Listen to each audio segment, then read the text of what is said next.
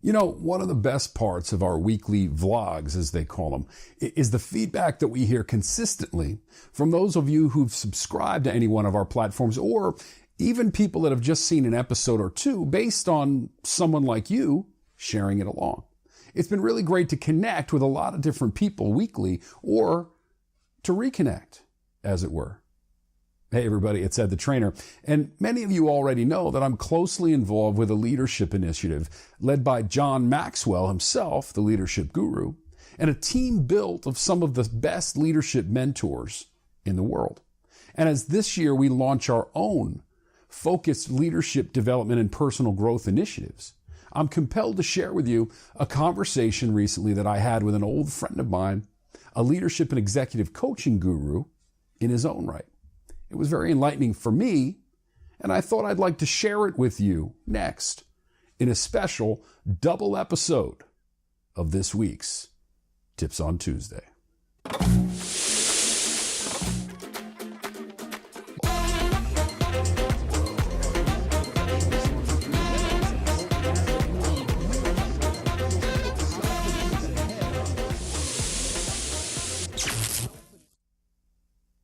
Hey everybody, welcome in.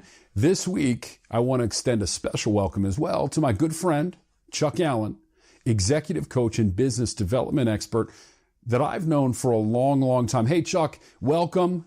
Thank you for joining us this week. Tell us a little bit about what's going on with you these days. Well, so I'm an executive coach these days. My wife and I own a company called Periphery Associates, and my job is to work with leaders. Her job is to work with the organizations that those leaders work in. And we help them discover what we call the periphery. For a leader, the periphery is the more full color, meaningful life they could be living if they could just avert their eyes from the day-to-day routine that originally may have been a groove that they found themselves in, and over a long period of time, it's become a rut, and they're looking for more meaning, more that they can get traction on to do more with their lives. Same thing exists for companies. There is a periphery for a company where beyond the balance sheet, there is legitimate shared value that a company can do to leverage their profit for good. We call it connecting companies with causes. And so that's what we're about these days. Yeah, absolutely, my friend. So tell us, what types of things are you seeing out there related to leadership in general, or some specific areas where you see some development issues? So the issues with my executive clients range from being more intentional about how they spend their time, about showing up with, about who they are, the being element, as well as the doing that they're very good at already.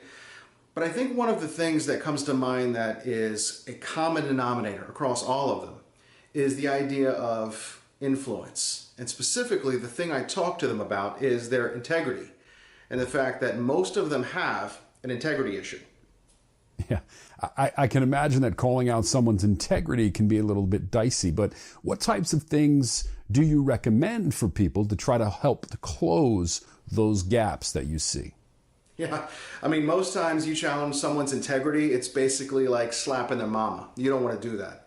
But for the purposes of what I'm talking about, integrity is defined as the integration of what we say we value with where we actually place value for real.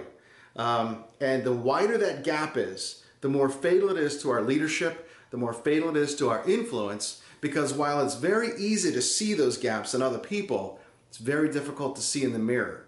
So my job is to hold up a non-distorted view, an image for leaders to look in and say, look, here's what I'm seeing from the outside. It looks to me like an integrity gap, and that is lack of integration between the things you say is important to you and where you're actually placing important value. And if we can begin to close that gap, therefore closing the integrity gap, then you become basically a leader known for greater integrity and naturally greater influence at that point. So it boils down to 5 questions that I ask leaders to think about, to get introspective and be honest with themselves. And when they answer these 5 questions honestly, they'll illuminate where these integrity gaps are that, again, are very difficult to see in the mirror, very easy to see in other people. And it really comes down to this.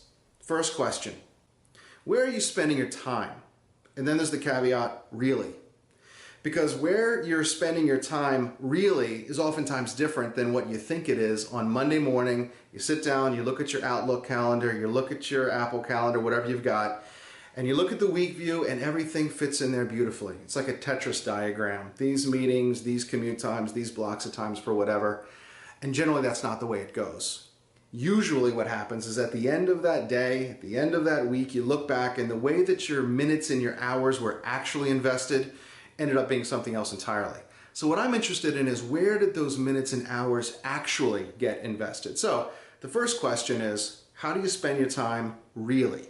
Or what's on your calendar really? Second question that I ask people is, hey, what questions do you frequently ask of other people? And the reason that this is so powerful is that the questions that we frequently ask are generally far more powerful than the rhetoric or the messages that we share through staff meetings, emails, trinkets, banners, anything else. Because when you ask someone a question, it reveals to them what's important to you.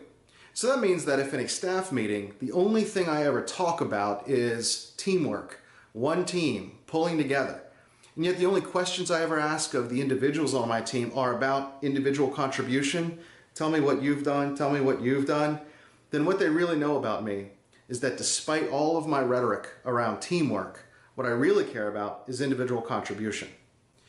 And so the third question that I have is, where are you spending money? Now, if you're a leader, it could be that you're spending the company's money. So where is it that you're investing that capital? You follow the dollars, you follow the heart. And you see what's really most important, regardless of the things that you say. And this works, by the way, at the individual level as well as at the corporate level. It's no secret that if you look at how people spend their money and you don't know anything else about them, then you have a good sense about what they're really about based on their pocketbook and based on their spending patterns. Same thing is true of organizations. And what are some of the others that help to round out the steps? So the next question is, what do you reward, if anything? Next question is, what do you celebrate, if anything? Both of those, the rewards and the celebrations, they speak a lot to the things where you're actually placing important value, regardless of what you said in the staff meeting, in the email, on the call, whatever. Final one is, what is it that keeps you awake at night? Or the way I like to think about it is if you're driving up the freeway after work and you're going home, have you ever been in a situation where you've been driving for 10 or 15 minutes and then you suddenly come to an awareness that you're driving? You don't remember the last 10, 15 minutes. You don't remember passing anyone. You don't remember the billboards. You don't remember any of that. What was it that so consumed your thoughts and your mind that you don't even recall the act of driving? Now, if you ask yourself these 5 questions and you're very introspective, you're very honest about these things, you'll come up with a profile. And that profile will be the things that you're actually placing important value on, regardless of the things that you say are valuable to you. Now, as an individual, if I say that it's important for me to get home for dinner with my family at least 3 nights a week, and it gets to be the end of the month, and I look back and there's only been a few instances, then there's no way to talk myself out of that. What you know about me is that over a period of time, when the moment of decision came around, what was most important to me was whatever else was going on than doing the thing that I said was meaningful to me. Yeah. I have to say I agree, Chuck, and I can tell you that the action plan really that you've laid out there in these steps, many of them resonate directly with me because I can tell you that if I'm not being honest with myself and a lot of different things that I'm getting involved with, I can find myself slipping as well. So can you do us a favor and maybe summarize the steps and lay it out real clearly so that those who are watching this week can understand maybe what they can do today to put some of this in action? Well, I hope that's useful. The 5 questions are, what's on your calendar really? What questions do you frequently ask? How are you spending money, or how are you investing capital? What do you reward? What do you celebrate? I added in the 6th one, what is it that keeps you awake at night? Or what is it that captures your thoughts when you're driving? That profile will illuminate where you actually have important value, regardless of the things that you say are important. And the thing to keep in mind is that the further those are apart, the more it affects your ability to influence other people, because it speaks to an integrity gap. And so all I do is I do a very simple start and stop exercise that basically says this: find the things that are furthest apart. You want this to be the case, but this is actually the case. Today, this afternoon, what's one thing that you'll start doing in order to close the gap? What's one thing that you'll stop doing in order to close the gap? And don't go any further than that. Because in that moment, you're going to build a habit. And if I can do this for a week, if I can do this for 2 weeks and become consistent at it, then I can take on something else. And over a period of time, you can see how the things that I say are valuable to me become the things that I'm actually placing value on, and my influence grows because people can see that I'm a person of integrity and that I mean what I say, that I walk the talk, and they're inclined to do the same. Chuck, just tremendous, tremendous stuff this week. And I really appreciate you being willing to come on with us and share these steps with our audience. It's really a pleasure. I've had a great time catching up with you, and definitely would love to get back together again soon and try to solve at least a handful of the world's problems. It's great to see you again. Thank you so much for coming and checking in with us this week. Thanks a lot, Ed. It's been fun. Hope to talk to you again soon. Well, there you have it, everybody. Executive coach and good friend of mine, Chuck Allen, taking a look at leadership from the periphery. I really appreciate you joining us this week, everybody. I hope you have a very, very great week, and I'll see you soon.